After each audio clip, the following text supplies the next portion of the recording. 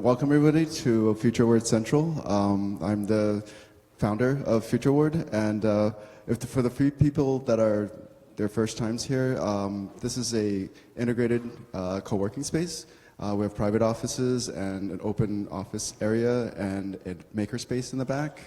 And event spaces like this, that's actually also a co-working space during the day. So if anybody's interested in knowing more, we have information at the front at the reception desk. And if you guys are interested, I can do a quick tour after the event or after the talk. So we're very lucky. Want a tour, please. You want a tour? Yeah. Okay. So we're very lucky to have Dominik here today. Dominik is from Queens Road Capital. They're a VC company in Hong Kong, investing in early stage startups in e-commerce, media, all kinds of anything tech-driven and innovative. Scalable. Profitable.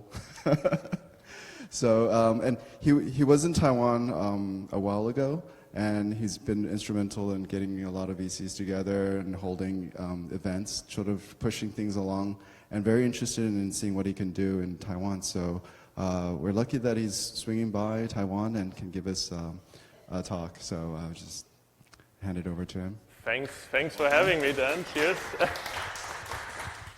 So yeah, basically, just to get an idea of this beautiful audience, are there any founders in the audience?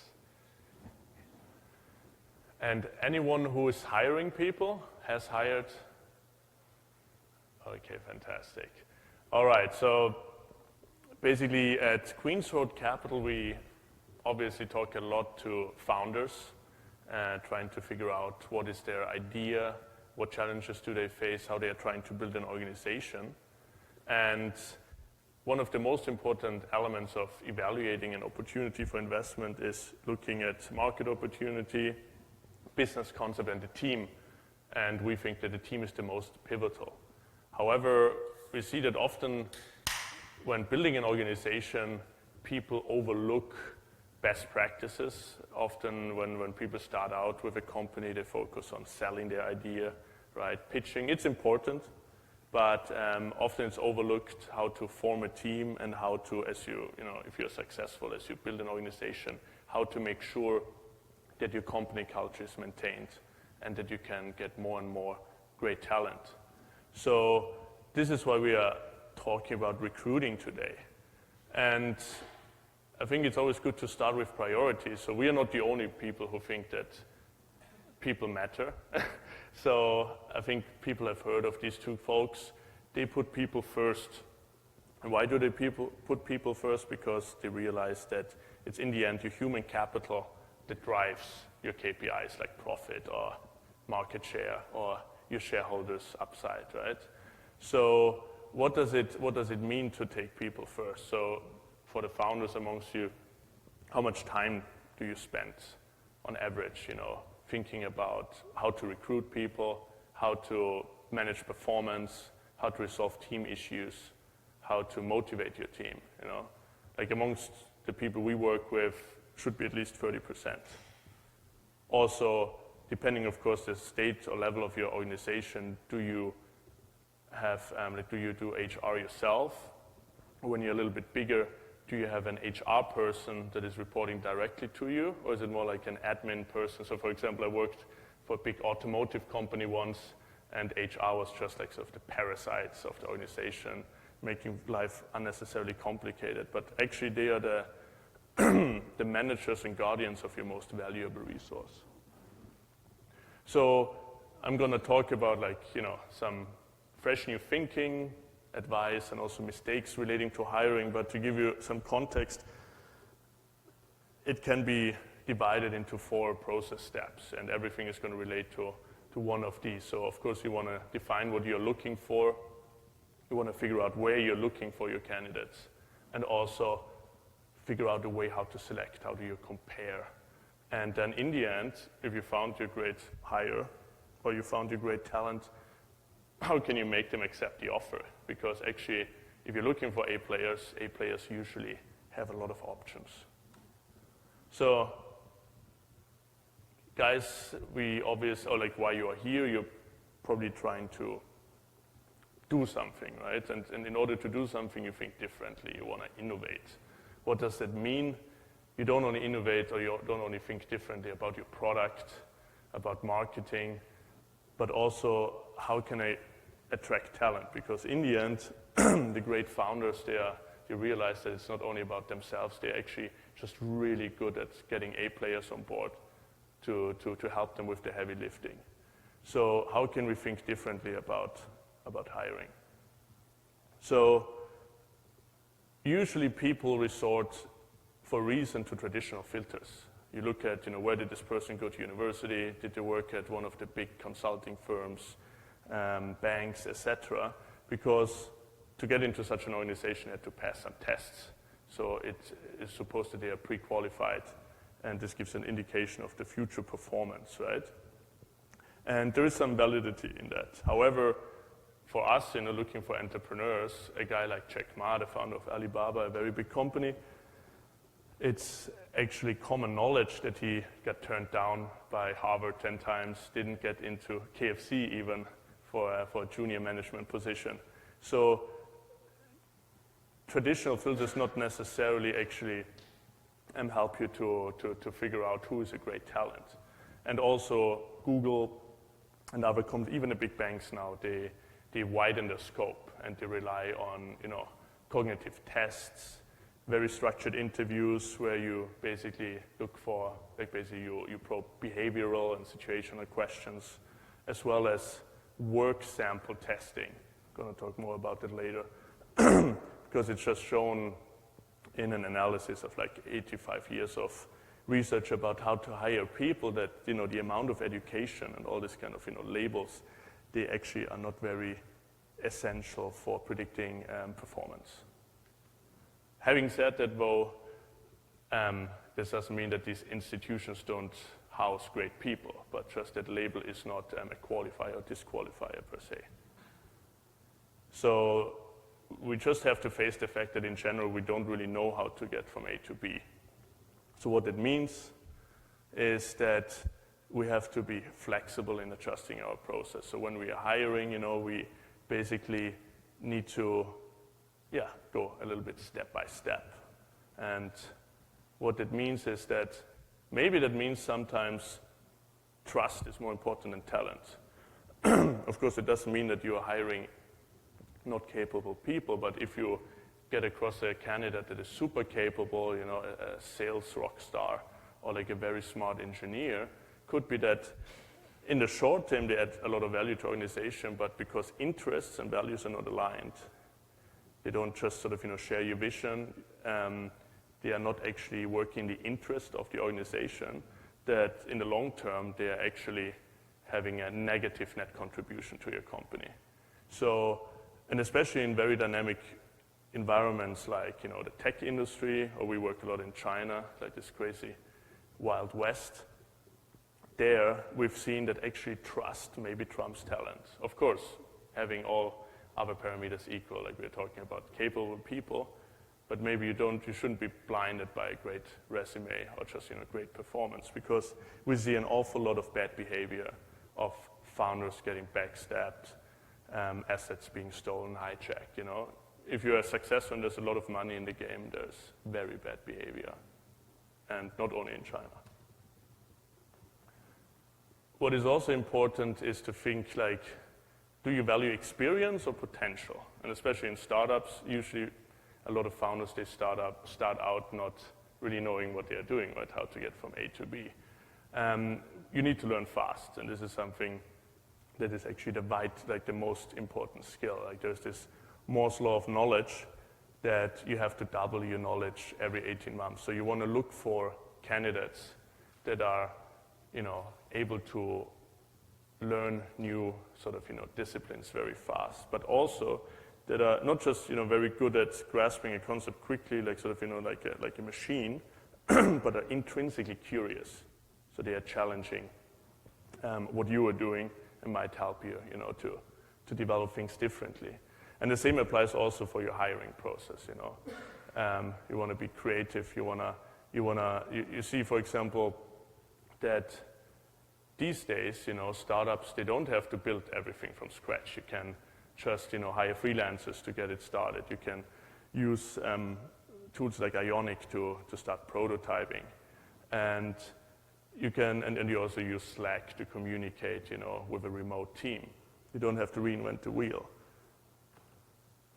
What is also important, we think, is to, basically get your ass up. You want to find candidates that are able to recover quickly from failures, because the best leaders are the ones that actually encourage you to do, like, basically to take risk, right? And in order to cope with that, you have to set the expectations that it's great, that it's okay to fail, as long as you get yourself up again, instead of just following a very consistent playbook all the time where everything is played safe, but like this you're not able to actually drive your revenues up, for example. And for this to also, and it's also a great way to actually filter out candidates, because people who are able to cope with failures, and it's important to not only ask your candidates, tell me about one of your failures, also you can just include another follow-up question, like so it was your boss's fault or your other teammates' fault, and if they jump on that question, this is usually a red flag, because obviously great team players, they don't cast blame on others, Then I think everyone heard of this mantra, hire slow, fire fast. To get a great candidate, a key hire, it takes time. However, time is a luxury and you don't have time, and you're hiring on all kind of levels. And it makes sense to hire slow and fire fast for very senior level. Indeed, actually, we see that for key hires on a senior level, our companies spend at least 6 months, if not more, to warm up a candidate. If you find a great guy, like, your future, whatever, CFO or something, then you cannot just poach them and ask him or her if she or he wants to work for you. You have to build up a relationship, because great talents, you might shy them away with this. However, on a more junior level, depending on the line, maybe if it's for sales, if you have a great process in place, you should usually use a probation period with very clear OKRs, like results to hit, and if they just are not able to achieve them, and the golden rule is whatever goes beyond 3 months, you're not going to learn anything new. So if they haven't proven themselves in 3 months, then they are just not a fit for your company usually. So there's this conception that you should, the CEO is too busy to do the screening on the first level and should only use his time to evaluate the qualified candidates, which makes sense to some regard. However, senior people are much more experienced and hence much more efficient in screening. So definitely you should learn from experienced people and ask them to give you, maybe just shadow them when they are hiring, and ask them to think about loud in the decision-making process when they're putting notes down on a candidate. As well, when the CEO is experienced, junior people also, I remember when I was working once at this automotive company, just have a checklist of things that you're looking for example, traditional filters, and you don't really know what you're doing, so you want to play it safe, and you might throw out candidates, that are unconventional, but actually might be very interesting. So you might, it definitely makes sense to get, experienced and senior people involved in the initial screening. So although the process is very straightforward, like defining, sourcing, screening, selecting, and making the offer, there are certainly some smart ways to go about that. So you probably heard of this paradigm that the more open your network, the more successful you are, which means it's very logical. If you're just sticking around in your crowd, you're exposed to the same ideas. It doesn't really encourage out-of-box thinking. you don't really come across great attention, just like sort of arm length entrepreneurship. So you just are exposed to the people you know already and might hire only the people you know already. Could be some great guys, but you're not really leveraging or basically looking for great candidates in the bigger pool. Also, if you are going into an open network, you're talking to people from different disciplines. Like I'm not an engineer, I have a political science background, but I talk to developers and learn stuff, talk to lawyers and learn stuff, get their ideas, and sort of, this is how actually creativity works. You don't really invent stuff from scratch, you just combine concepts from different disciplines. And the talents that you want to be after actually are talents that also network openly, follow an open network approach, because they want to be just, constantly challenged and constantly inspired. And if they see that their boss is not really, open, like in an open network, they're always going to have better opportunities, actually. In regards to sourcing, you want to, when you define what you're looking for, you also want to think about, so where is this candidate hanging out? Like, for developers, especially for someone who doesn't come from a developer background, like developers, they might hang out, like in special groups that relate to their preferred programming language, so there are like Facebook groups, WhatsApp groups, meetups. Even if you're an outsider, just, it's easy to make some research, ask people, what is sort of, the coolest JavaScript hangout, etc. And this is how you can find people. Also, LinkedIn shouldn't be underestimated with the filters, can be very targeted. And some institutions breed a certain kind of people. And you can also just, reach out to alumni organizations. There are mailing lists, and you can actually just try those email lists and cold email people. Never underestimate cold emails. And also, this is nothing sort of, no rocket science. A players, as they say, hire A player or want to work with A players. So if you have great people in your team, they are likely to know great people in their network, or know people who know other great people that relate to your function, to your position that you're trying to fill. So it is very important to ask your staff, but not just ask them, is there anyone I should hire? Like usually if it's just like basically in your face, and people often cannot come up with a person to refer to. Just break down the question, be more specific. They call it assisted recall at Google. So you just ask them indirectly, what sort of, who's a great finance person that you worked with? Who was the best salesperson in your last company, etc. Ask indirectly, and like this sort of people, like so often I ask people to introduce me because I'm trying to have an open network to interesting people. If you just ask them, who are some interesting people, they usually don't, it's not that they don't want to tell you, it's just sort of, it's not on the top of your head. So you have to drill a little bit into subcategories. And it's always important to know that, you set the tone at the beginning of the conversation. So, of course, we don't always have the resources to put out a flashy ad like McKinsey, but you definitely can be creative. And if it's not with a job ad like this, just the way you reach out to your people. And also interesting is to sometimes turn the interview around. You might just, in your application include a section asking them to list 5 questions they would like to ask the CEO or the supervisor. Could be very revealing because sort of, a smart person is gonna use this to convey certain, signals, as well as you will get a sense of the priorities of the person.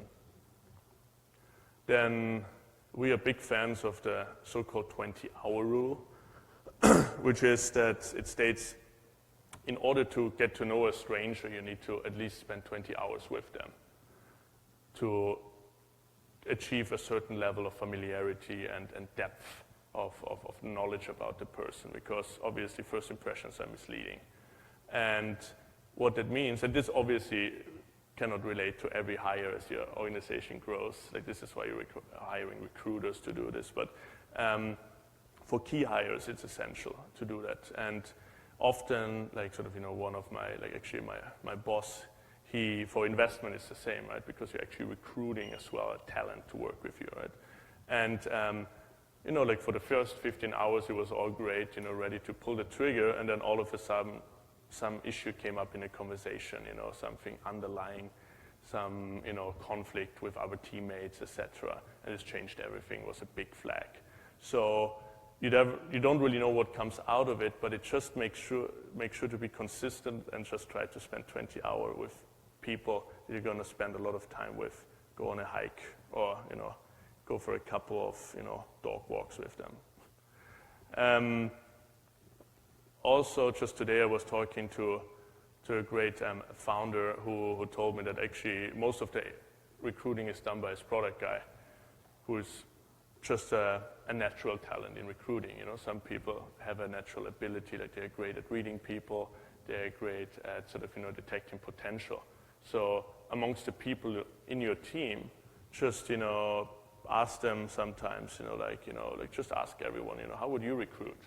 The disinterested person will not respond, but someone who is, interested, they might give you some insights. This is how I learned a lot as well, and actually might be able to share the workload with you. You are hiring for someone to join a team, so it obviously makes sense to get the team involved in the decision-making process. Like, again, it depends a little bit on the case, but we've just seen that if you're getting someone on board, if the other people have a vote, it already makes sort of, creates alignment before the person joins the team. And this means that in some companies, like even very big, like a friend of mine who is like a senior manager at the biggest hotel group of the world, like, his teammate, they have a veto.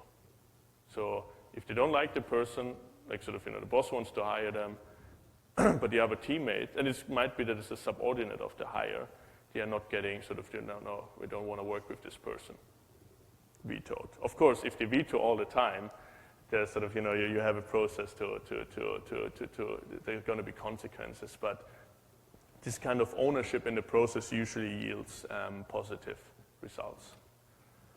And obviously, money is not the only way to hire people, but especially in a field like, in a space like tech, which is very dynamic and there's a lot of money to be made, we see a lot of mercenaries. And it's fair enough, because this is just, if there's money to be made, like people are motivated by that commodity.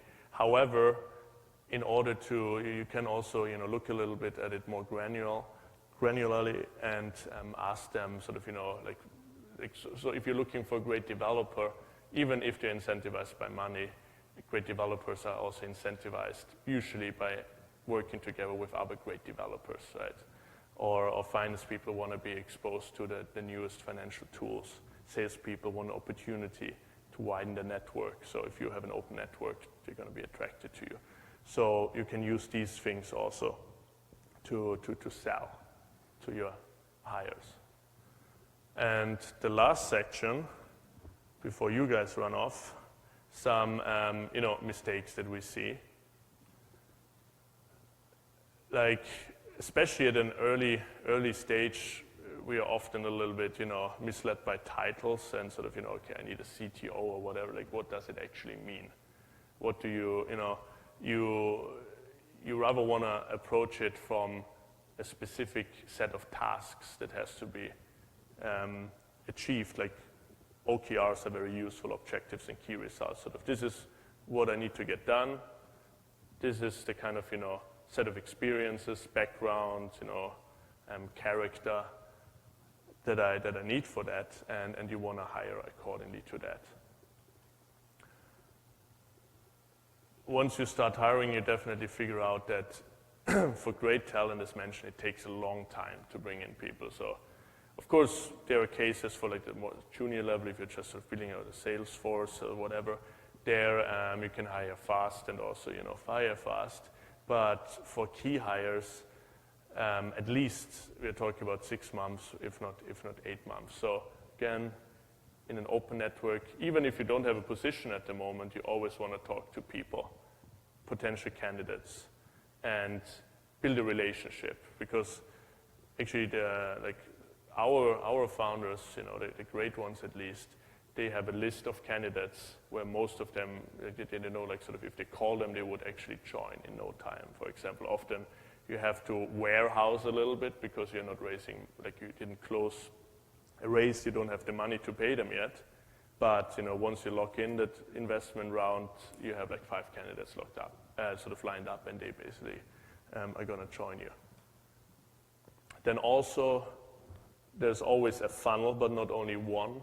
So in order to compare candidates, you have to reach a critical mass, Again, if you're just okay, I look for this person, I just look around amongst my friends, okay, this person looks capable. This is not how you build a serious business. You have to fish, they say, depending on, obviously, the more senior, the more difficult it is to discover the relevant talent, the more scarcity there is in the talent pool, depending on the function. For example, machine learning and this kind of specialized things. The more difficult it is to find people. And we've seen that for senior people in general, in order to hire one, you have to talk to, or your recruiters at least have to talk to 300 people. I think for more junior, it's more like 100 to 1. But in a place like Indonesia, for example, where great developers are a little bit scarce, our founder always has to go for 300 candidates to find one good developer. And this is just a kind of mathematical equation to have in mind when you're building your recruiting force, etc. In order to hire 5 people, you gotta talk to a lot of people, or you need recruiters to do so. Sounds very commonsensical.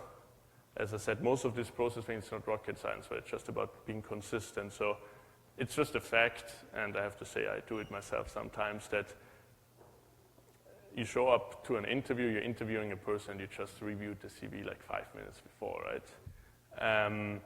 And then you just improvise the process. And even if you're super experienced, you might miss stuff. So it's very important to have a playbook and to be very disciplined about following the process.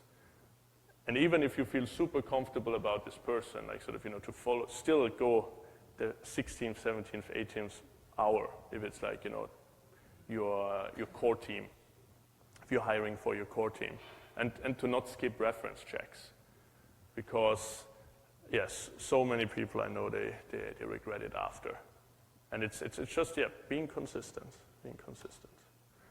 Then another problem is that obviously applies generally, but especially to hiring, and it's also just if you're developing a business in general, taking you as the measure of all things.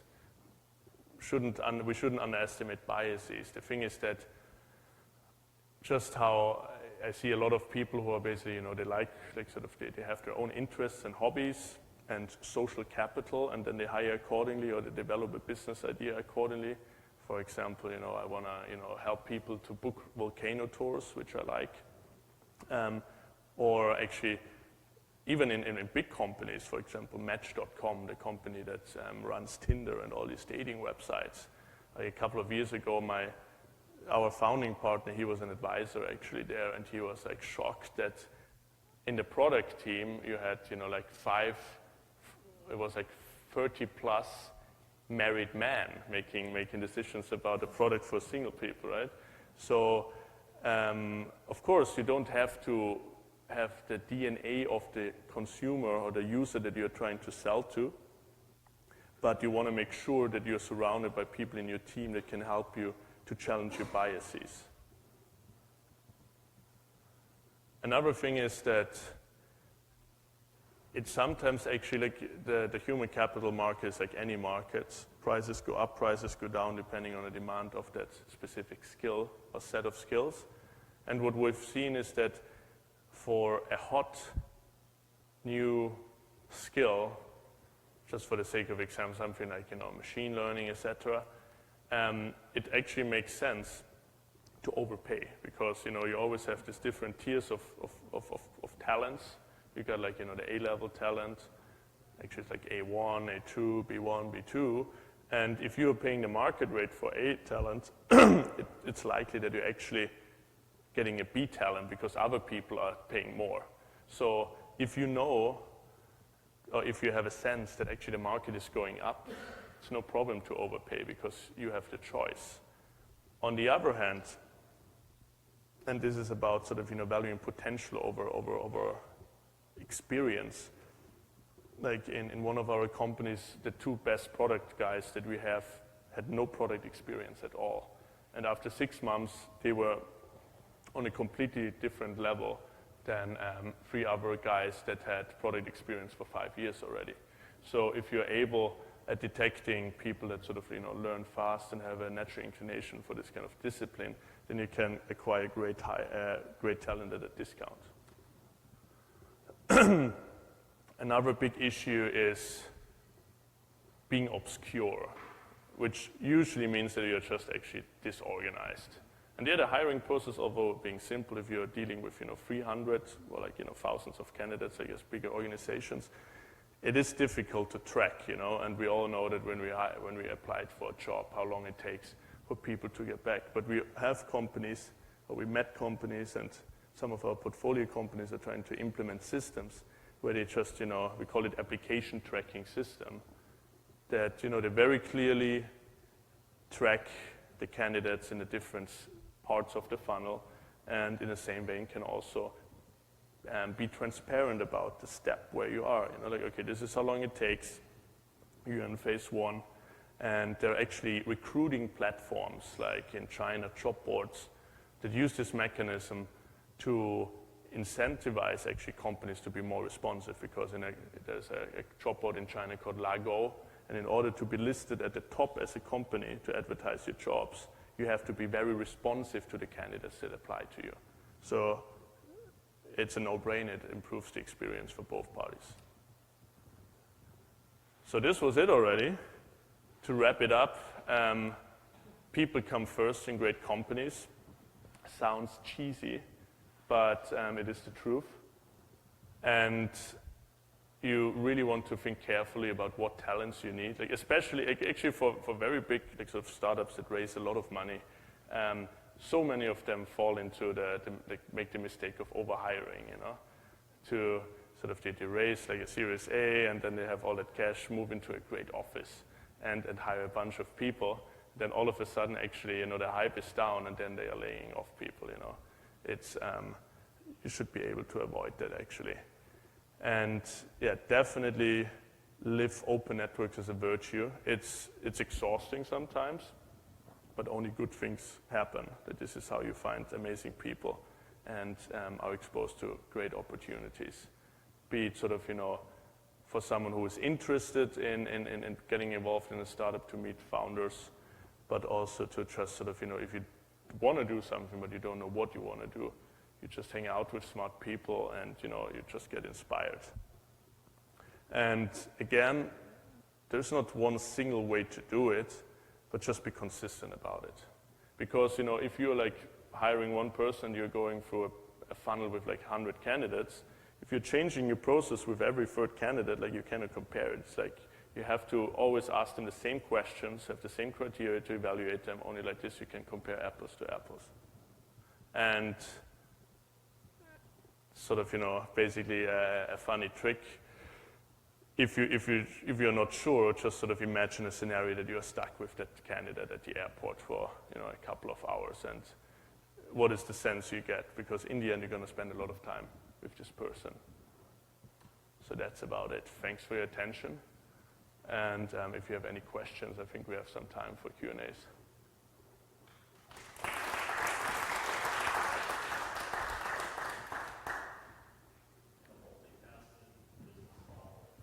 What business model? In a multifaceted business model, like say Uber, or like a cleaning service where you have like a shared economy, people signing up to provide the service, but also contractors, clients. Yeah. You need clients in order to have a service that needs to be performed by the people who are signing up to use this to be a worker to earn money. When you're recruiting, which side do you focus on first? And how do you, if it's hiring the workers, then how do you justify making them wait until you find some work for them to do? Yeah, basically, it's not so much. We don't talk about hiring in this context. We talk about onboarding supply and demand of a marketplace. So that's a big question. If it would be easy, everyone could do it. But basically, it's a famous chicken and egg problem. Sort of, in order to, get the cleaners in this case, you obviously need a lot of potential clients that want their house to be cleaned, And I only want to sign up for this service if I know that there are going to be drivers able to pick me up, right? So this is the big question. But there are some ways to approach it. And for example, an interesting company in the Bay Area, they are targeting cleaners for the specific case of vacation rentals, which is like Airbnb and all this kind of stuff. And they built just a very useful tool that helps property managers, because the majority of revenue by Airbnb is actually generated not by someone who casually rents out the room, but by professionals who run like 10 apartments like a hotel. And they have cleaners, but it's a pain in the ass to manage them because the turnover of checking in, checking out is irregular. So they build a tool to help them communicate cleaning instructions. So I sort of, as a property manager, I have 3 cleaners. I download it, I ask them to download it, and we use it, and then this platform just asks the cleaner if they want to accept offers from other clients. And this is how you basically can start a network effect.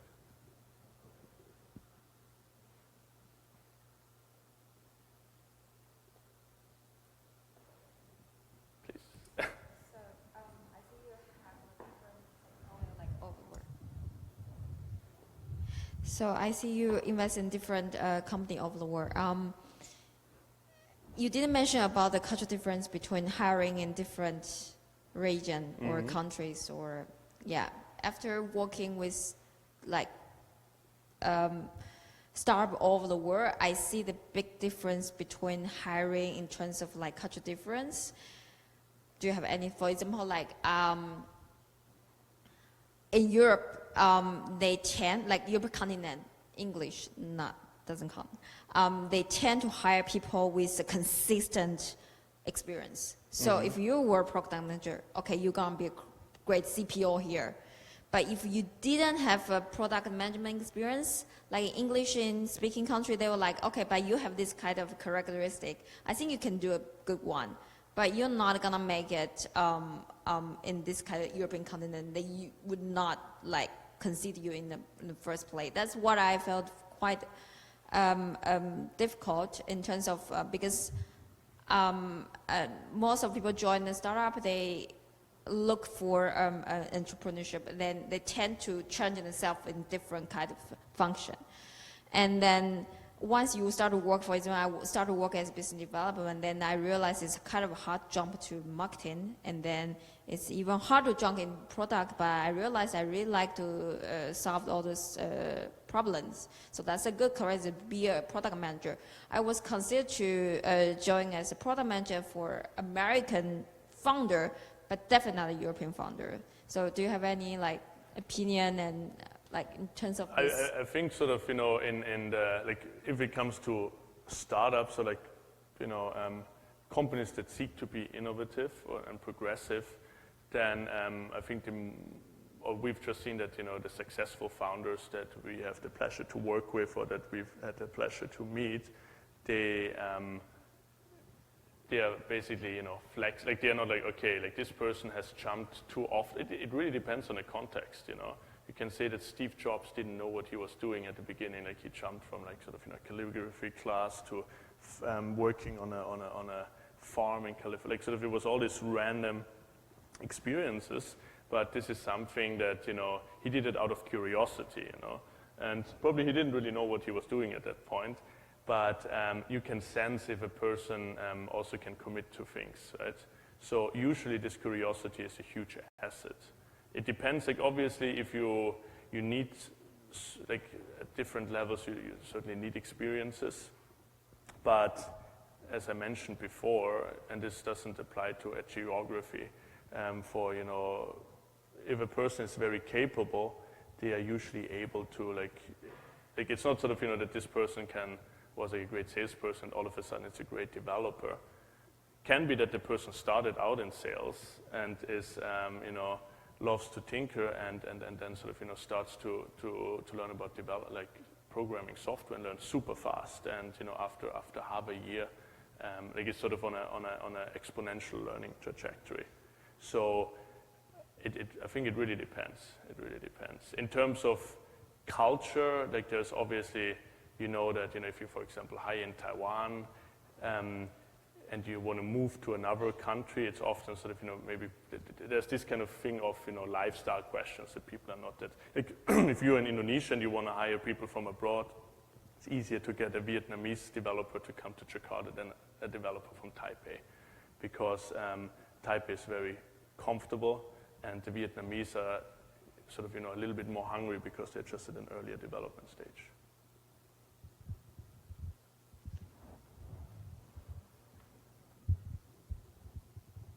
Please.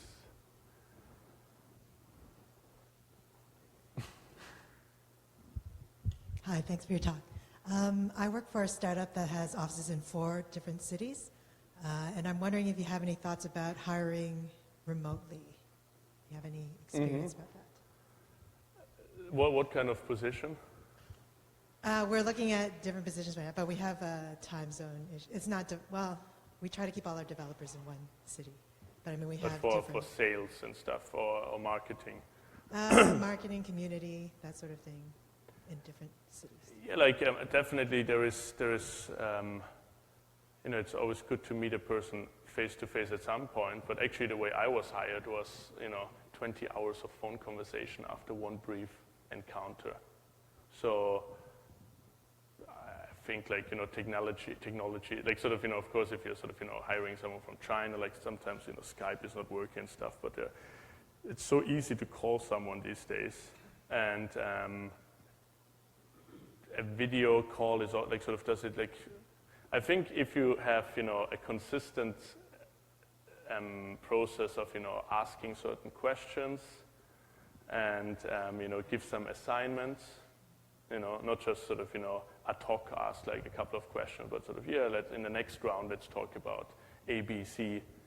Tell me about 3 failures. How did you cope with it? And then in that process you can sort of tease something like I see no problem in that actually.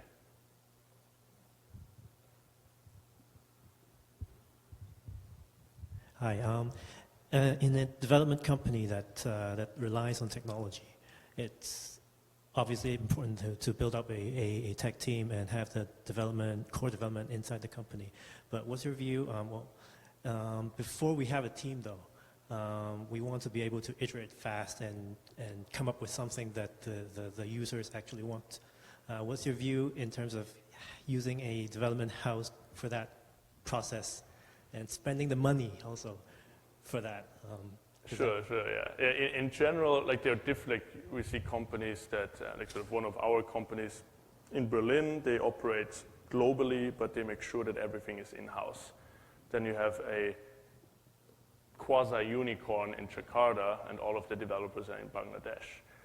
So there are different ways, but to start out, you just want to test things as fast as possible. And as I mentioned, you don't have like you just like you can hire freelancers, but a lot of stuff you can just there are so many out-of-the-box tools. To like, what is it that you are trying to? Like, usually, you're not trying to build not a very polished product is going to prove your assumption or hypothesis. It's usually, is there a demand for a certain solution that you're trying to provide? And I don't know what you're thinking of, but you can just run a experimental Facebook ad campaign without even having a product. You can just ask people sort of or like other outreach, but basically just advertise the product or service that doesn't exist yet, and then sort of it just sort of leads you to a page where it's like, sorry, service is not available yet, but you just can measure how many people click through, etc. And this gives you an idea. And then you just look at what are your requirements, what are the minimal, what is the, like, you know, MVP, how does it look like for your case? How much can I get out of the box? And how much sort of, you know, or how should I get, you know, a freelancer to do it, which is very cheap, actually. So at the beginning, yeah, just try to build something and test it as fast as possible. Thank you. Hi. I have a quick question about, you talked about the 20-hour interview, that how you got hired at Queens Road. I was wondering if you could talk a little bit more about that and how they decided to structure it over, was it over like 5 phone calls, 20 phone calls? Was it during the day, or was it later on, or how did that go? It was all one sort of, you know, Skype party. No, it's sort of, you know, definitely you don't want to have it all in one chunk, because everyone needs to digest social capital awesomeness. But it's, you know, you can just, like, sort of there it was, you know, like, I think there's no rule really for that. You just, you know, have some, you know, short calls at the beginning, like sort of an hour or something. This is like most of the calls were 1 hour. But if we had the luxury of being in the same physical location, you know, you just spend one afternoon together and obviously talk. And the whole point of this 20-hour rule is that sort of, what should I talk about? So you talk about whatever, and this reveals a lot. You know, sort of, you know, tell me about the last, like, what are the last 5 biggest decisions that had an impact on your life? Why did you leave your home country? Or why did you move to that city? Why did you go to that university and not others? Were you just an opportunist? Or did you sort of proactively evaluate options and work hard to sort of, you know, achieve sort of, you know, like basically get into the track that you wanted to? And this you can sort of, you know, you can do in you know, like obviously a phone call is exhausting, so usually it doesn't make sense to have a Skype conversation for more than 1 hour to make it productive.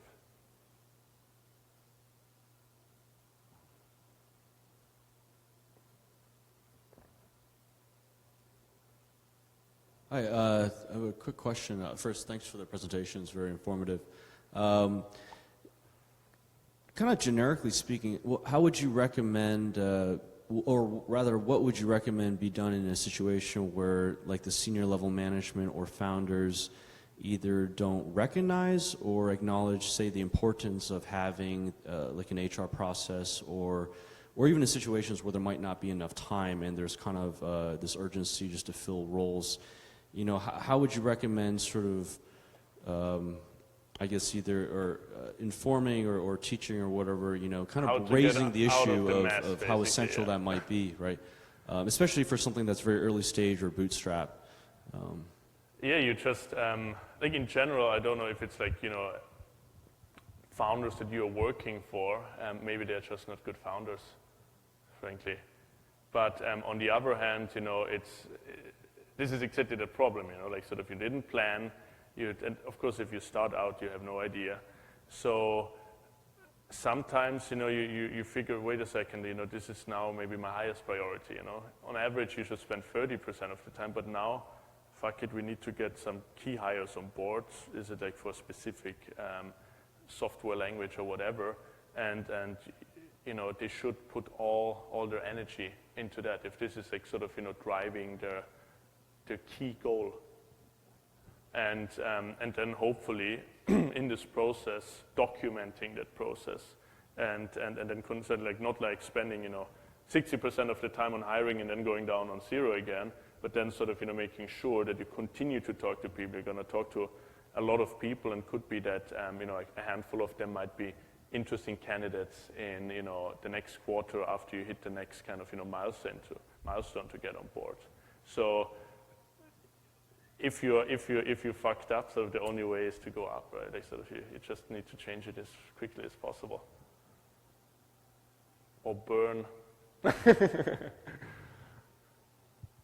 Okay, so we can continue the conversation over with some snacks and drinks, but let's give Dominik a round of applause for sharing his insights on hiring for startups.